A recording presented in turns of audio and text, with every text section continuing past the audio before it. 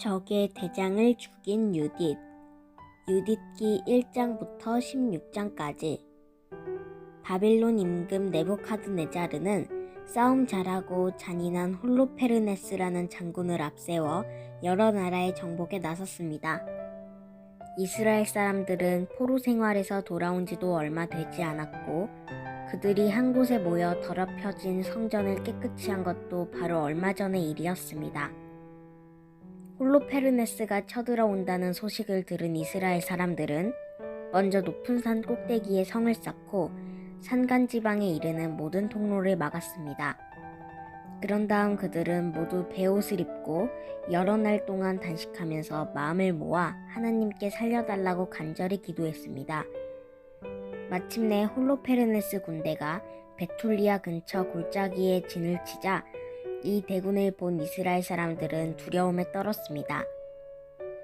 저놈들이 이제는 온 땅을 휩쓸어 버리겠구나. 높은 산도 골짜기도 언덕도 저들의 힘을 당해내지 못하겠구나. 그들은 밤새 탑 위에 횃불을 밝히고 성을 지켰습니다. 다른 나라 사람들과 달리 순순히 항복하지 않고 자기네와 맞서 싸우려는 사람들을 보고 홀로페르네스는 부하를 불러 물어보았습니다. 도대체 저 산꼭대기 있는 자들은 무엇을 하는 자들이요? 저 자들은 어째서 항복하지 않고 우리와 싸우겠다는 거요? 부하가 대답했습니다. 예, 저 자들은 자기네 하느님이 자기네와 함께 싸운다고 믿기 때문입니다. 홀로페르네스는 이 말을 듣고 화를 내며 말했습니다. 네부카드네자르 말고 다른 신이 어디 있단 말이오?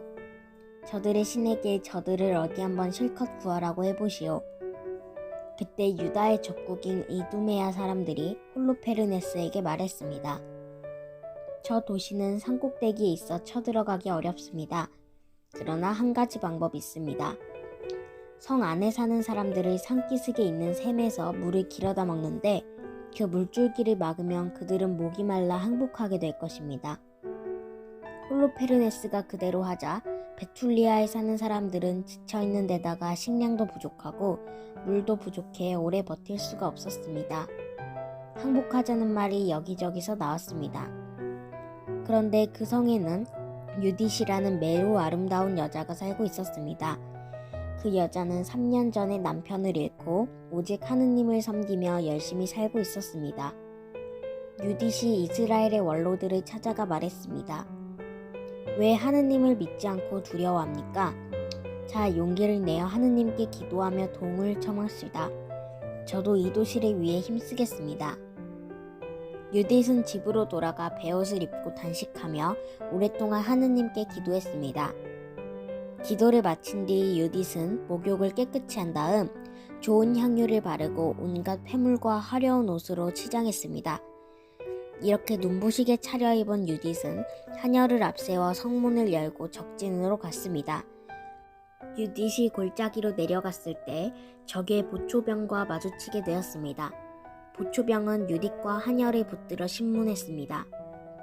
너희는 누구이며 어디로 가는 길이냐? 우리는 유다 여자들입니다. 홀로페르네스 장군께 성 안의 정보를 알려드리러 가는 중입니다. 우리는 이 성을 정복할 수 있는 방법을 알고 있습니다. 보초병은 유딧의 말을 들으면서 그녀의 아름다움에 정신을 잃고 유딧을 장군의 천막으로 안내했습니다. 홀로페르네스도 유딧을 보고 그 아름다움에 마음을 빼앗겨버렸습니다. 부인, 안심하시오. 당신을 해치지 않을 테니 말해보시오. 여긴 어떻게 왔소? 유딧은 애원하듯 말했습니다. 장군님 고맙습니다. 저는 성 안에서 이곳으로 도망쳐 오는 길입니다. 저 성 안에 있는 사람들은 이미 죄에 빠져서 해서는 안 될 일을 하여 하느님의 분노를 샀기 때문에 죽음을 면할 수 없을 것입니다. 이제 저 성은 곧 장군님의 차지가 될 것입니다. 오늘부터 저를 장군님 곁에 있게 해주십시오. 제가 밤마다 베툴리아 성이 바라다 보이는 산기슭에 가서 저들을 공격할 때를 가르쳐 주시도록 하느님께 기도하여 장군님께 알려드리겠습니다. 유딧의 아름다움에 홀린 홀로페르네스는 아무 의심 없이 유딧의 말을 믿었습니다. 당신은 얼굴도 아름답고 말솜씨도 뛰어납니다. 당신의 하느님은 내 하느님이 되고 또 당신은 네부카드네자르 임금의 궁전에서 살면서 이름을 온 세계에 떨치게 될 것이오. 홀로페르네스는 병사에게 유디시 머물 천막을 내주고 기도하러 자유로이 다닐 수 있게 하라고 명했습니다. 유딧은 사흘 동안 진영에 머물면서 밤마다 베툴리아의 산골짜기로 나가 목욕을 한 뒤 하느님께 이스라엘을 구원해달라고 기도했습니다. 나흘째 되던 날 홀로페르네스는 잔치를 베풀고 부하에게 유딧을 불러오라고 시켰습니다. 장군님이 베푸시는 잔치에 참석하라는 분부요. 유딧이 대답했습니다. 내가 어떻게 감히 장군님의 뜻을 거역할 수 있겠습니까? 오늘의 이 초대는 제 일생에서 가장 큰 기쁨이 될 것입니다. 이렇게 말하고 나서 유딧은 아름답게 잘 차려입고 여러 가지 장식품으로 단장한 뒤 잔치가 벌어진 곳으로 나갔습니다. 홀로페르네스는 만족한 웃음을 띠고 유딧을 반갑게 맞이했습니다. 자, 어서 잔을 드시오. 오늘 밤은 우리와 함께 먹고 즐깁시다. 그럼 마시겠습니다. 장군님, 제가 세상에 태어난 뒤로 오늘처럼 영광스러운 날은 없었습니다. 그러고 나서 유딧은 자기 하녀가 준비해온 음식을 받아먹고 마셨습니다.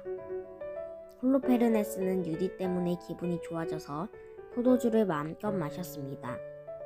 밤이 깊어지자 잔치에 참석했던 사람들은 모두 천막으로 돌아가 잠들었고 홀로페르네스도 술에 취해 몸을 가누지 못한 채 침대에 쓰러졌습니다.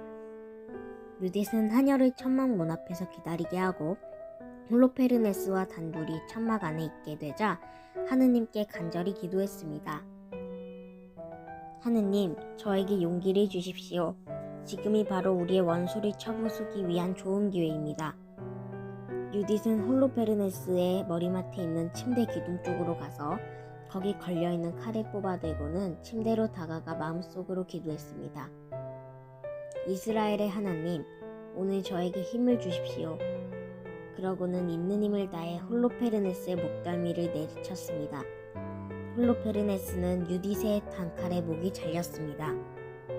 유딧은 적장의 머리를 보자기에 싸서 밖으로 나와 하녀에게 건네준 뒤 두 사람은 새벽 기도에 가는 것처럼 꾸며 적의 진영에서 빠져나와 베툴리아 성을 향해 달려갔습니다. 성문 앞에서 유딧이 소리쳤습니다. 문 좀 열어주세요. 하느님께서 오늘 우리에게 큰 일을 하셨습니다. 성문지기는 유딧에게 문을 열어주며 반갑게 맞았습니다. 그리고 유딧이 돌아왔다는 기쁜 소식을 성 안에 두루 알렸습니다. 유딧은 베툴리아 성 안에 있는 모든 사람 앞에서 하녀가 들고 있는 보자기를 풀어 홀로페르네스의 머리를 보여주며 말했습니다. 하느님을 찬양하시오. 하느님께서 오늘 내 손을 통해 우리의 원수를 쳐부수셨습니다. 사람들은 너무나 놀라 꿇어 엎드려 하느님을 경배하며 찬미했습니다.